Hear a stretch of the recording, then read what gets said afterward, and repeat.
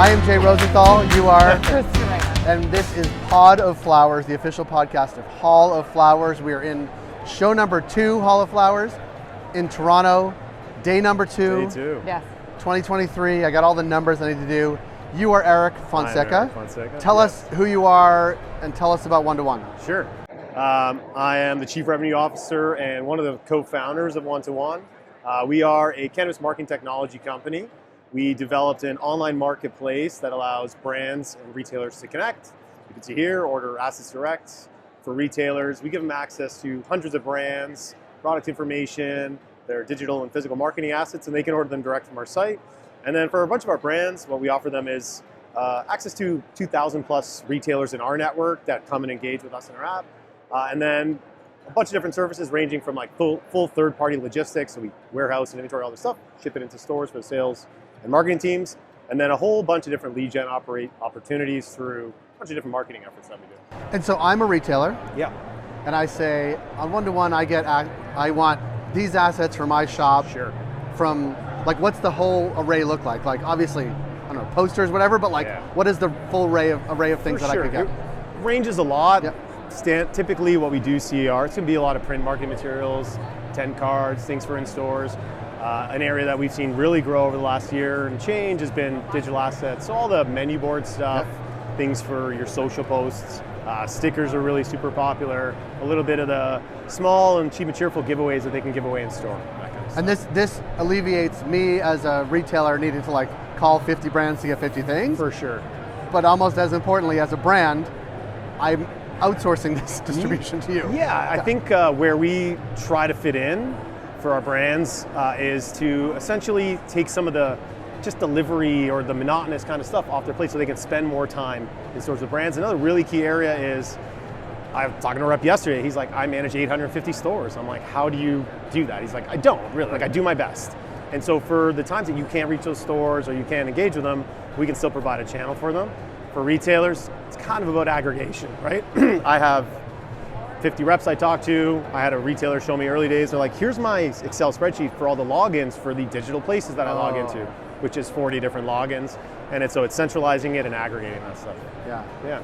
It's so interesting because you have this experience from being in the industry pretty much from before legalization. Just after, February 2019 was actually my first one, And I met both of you guys super early days during those times. Yeah. We're like old before pals. we were gray. Yeah, I had a very much darker beard at Yeah, that me time. too. Speak for yourself, gentlemen. Right. No. You're still the same age.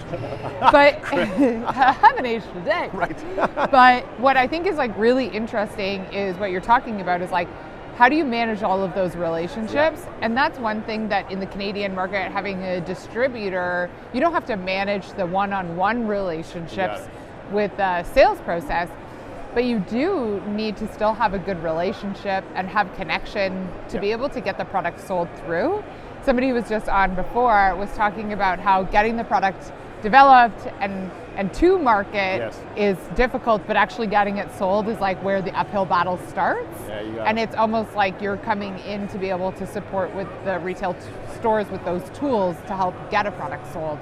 Yeah, agree. And I think it's an amazing experience. We're like, we got listed in the OCS, and now you have this whole new challenge. Right. If it doesn't sell through or you don't get pulled through, then you're not listed any longer, as an example. And I think the other thing is you want to sort of maybe automate some of these things or outsource it, but you still want to be connected. So how do you still provide back, first off, a feeling of connection from a retailer to a brand when they may want to do that, but also report back some information so they can learn. I mean, you got to innovate. Product innovation is insane nowadays. There's so many SKUs. How do you educate people on that? So not just completely saying like, I want to forget about these brands, but finding a way to then not have to do the day-to-day and the grunt stuff, which we take on. That's probably where we thrive, is in the grunt, I guess I'd say. But still have an ability to connect with those retailers and learn from them and talk to them and feel some of that deeper connection that they want. Yeah. Why Hall of Flowers? Oh, why Hall of Flowers? Good question, Krista. Yeah. No, well, I heard Jay was going to be here, so I figured I had to be here. That's what everybody's saying. For us, it's the cross section of the industry. So what we found is we want to be here talking to bud tenders, but retailers and store managers, store owners, and then the brands. And you guys have done a great job. The Hall of Flowers team has done a really great job of curating those groups. One example, just yesterday, it was really good opportunity to sit down and engage with people that you don't often see at a lot of trade shows. I think there are a lot. My first jobs was working at Lyft and doing trade shows. I've heard of that. And even then, I don't know if you guys have ever heard of them. Maybe not anymore so much. I didn't say it. It's been a challenge. It's been a challenge. I think, I won't get into it, but I think it's really hard to be able to bounce back, and you have to be so ingrained in the industry, and maybe Lyft had lost that over some time. And then trying to service the whole market, B to all versus like, you guys are B2B, we know the space that we're trying to fit into, and I think for us, we're a B2B company, and that's why we're here today. Yeah. And our team's had a great experience. We've engaged and met with tons of people that I've done business with for years and been like, oh, you have like a lower half. Like I didn't realize you had legs and a physical presence. So it's been an awesome show for us. Can I ask a question? Because I feel like if you had said 5 years ago, 6 years ago, pre-legalization, we see there's going to be a need for this, and people will be like, well, I don't even understand. Like it was foreign to both the brands at that time and probably the retailers too. But 3, 4, 5 years in, it's like, oh, this is absolutely essential because of all the things we talked about. When you look at new markets in the US, like they're still in the where we were 2016, 2017, pre-legalization, like they're just getting into it. You know, there's 20 retailers in New York or whatever, like they don't have this challenge yet, but like markets will have this challenge yet, and I don't mean to put you on the spot, but like, are you looking at those markets saying, we have a solution for that, how do we get in there and do the same thing with these same people? Definitely, I think where we're at there, and I've been looking at the US, we spent some time down there, back half of this year, and then, or remainder of this year, and then next year, learning, because each market being so different, we still don't know where we fit and how we fit. And then I'm curious to understand, is it like, sometimes you have to go through the pain to understand you need the thing. So do we have to wait for the market to, unfortunately, maybe suffer from some of the things we suffered? Or can we get in there early and be like, listen, we kind of felt this before, and here's maybe what you should do to avoid that. I'm sure some people will adopt that and others not. We're super curious to learn about that. But I honestly don't know the answer, but for us it's going to be a learning experience, but definitely things that we've been thinking about. That's just not sort of in the place you are, but there's a lot of things that we are, the people with the gray beards, like have seen what they're going to go through in 3 years, but telling them they're going to go through in 3 years, like it falls on dead ears sometimes, but it's like... It's even like the teams from California being like, New York, watch out! And we see the same patterns being... I mean, they shouted it.